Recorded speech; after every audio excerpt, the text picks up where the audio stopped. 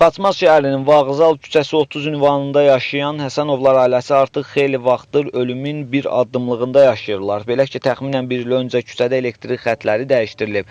Bu zaman Həsənovlar ailəsinin mənzilinə çəkilən elektrik xətti dirəyə bağlanmaq əvəzinə su çəninə və qaz borusuna bağlanılıb. Ailənin başçısı Nadir Həsənov deyir ki, bir qədər külək əsən kimi naqillərdə qığılcım yaranır. Bu isə ailəni və bütün küçə sakinlərini təhlükə altında qoyur. Çünki naqillərdən enerji boru vasitəsilə evlərə keçə bilər.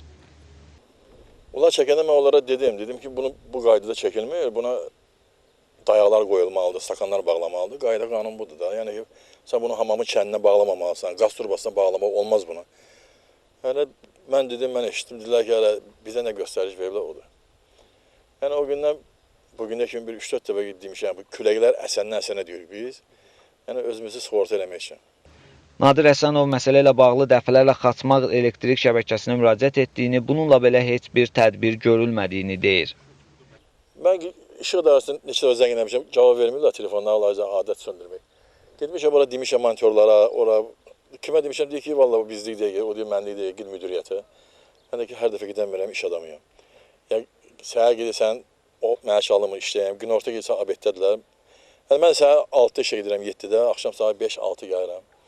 Görənmirəm. Telefon zəngində bir dəfə belə görəndə deyirəm onları. Deyirəm siz xəbərliyində uçasko monitörlər var. Hələ deyir deyərik, eləyərlər, nə bilim, nə, gələcək bulan dəyişilməlidir. Nə bilim, gələcək bu dəyişilincə, bəlkə o dəyişilincə burada nələrsə baş verəcək.